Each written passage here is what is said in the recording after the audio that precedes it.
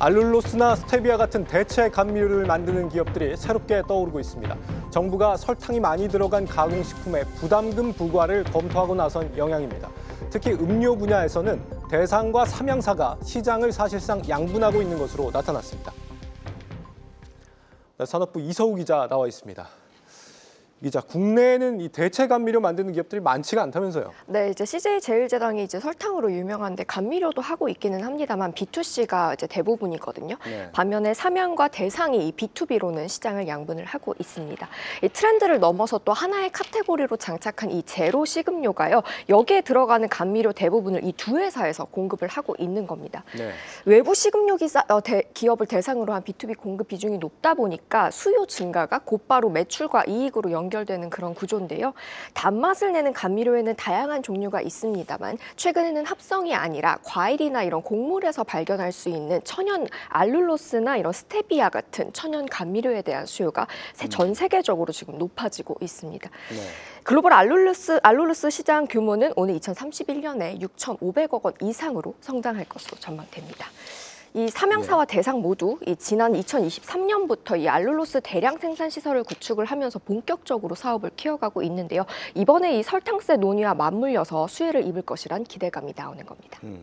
설탕을 안 쓰고 대체 감미료를 쓰는 경우에 원가가 올라가거나 이런 우려는 없는 거예요? 보통 그렇게 좀 생각을 하는데요. 이제 결론부터 말씀드리면 아니라고 합니다. 이게 매출 원가에는 그렇게 제조 원가에는 크게 차이가 없다고 하는데요. 왜 그러냐면 이 설탕보다 감미료의 단맛이 훨씬 세기 때문에 들어가는 함량 자체가 적다고 합니다. 이제 그만큼 매출 원가, 제조 원가에도 이렇게 차이가 없는 건데요. 네. 실제로 이 대체 감미료는 종류마다 다르지만 알룰로스나 스테비아 등은 설탕보다 3, 4배 더 단가가 비싼 것으로 알려집니다. 단맛이 말씀드렸던 것처럼 설탕보다 많게는 몇백 배까지 더 강하기 때문에 들어가는 함량이 현저히 적어서 사실상 원가에는 차이가 없다는 설명이고요. 현재도 대부분의 이 식음료 제조 기업들이요. 설탕과 감미료를 일정 비율로 섞어서 사용을 하고 있고요. 대표적으로 롯데칠성의 펩시콜라 등 이 주요 제로 음료 제품들이 기존 설탕이 함유된 제품과 동일한 가격으로 판매되고 있는 것도 이 때문입니다. 네. 지금 삼양사의 경우에는 이 설탕 판매에서 CJ제일제당에 이어서 2위라 그러던데. 맞습니다. 그러면 대체 감미료를 통해서 얻는 반사 이익보다 설탕 부담금 때문에 오는 피해가 더 크거나 그런 건 아닙니까? 단기적인 관점에서는 주사업인 설탕 판매가 떨어지면 안 좋게 이제 직격탄이 오는 건 어쩔 수 없는데요. 중장기적인 관점에서는 이 알룰로스 판매가 늘어나는 게 더 이득이라고 합니다. 네. 현재 삼양사는 지난해 3분기 기준 국내 설탕 시장에서 점유율 32%를 보유하고 있고요. 이 설탕이 포함된 식품 부문이 전체 매출의 50% 넘게 차지를 하고 있습니다. 그런데 설탕은 통상 한 번에 대규모 물량을 판매하다 보니까 B2C는 물론이고 B2B 매출 모두 안정적으로 내고 있지만 이미 이 설탕 그리고 또 설탕을 생산하기 위한 인프라가 구축되어 있고 감가상각이 다 끝났기 때문에 유리한 점이 있지만요. 그래서 영업이익률 측면에서는 알룰로스가 더 앞서 있습니다. 설탕은 영업이익률이 5% 내외인 반면에 알룰로스는 20%에서 40%로 알려지거든요. 그렇기 때문에 밸류에이션 측면에서는 사업 가치가 더 크게 평가될 수 있다는 분석입니다. 네. 또 해외 수출 등 글로벌 확장 가능성도 더 크고요. 설탕은 이미 이제 시장 성숙기이기 때문에 시장성이나 미래성 측면에서는 알룰로스가 더 앞서 있다는 그런 설명입니다.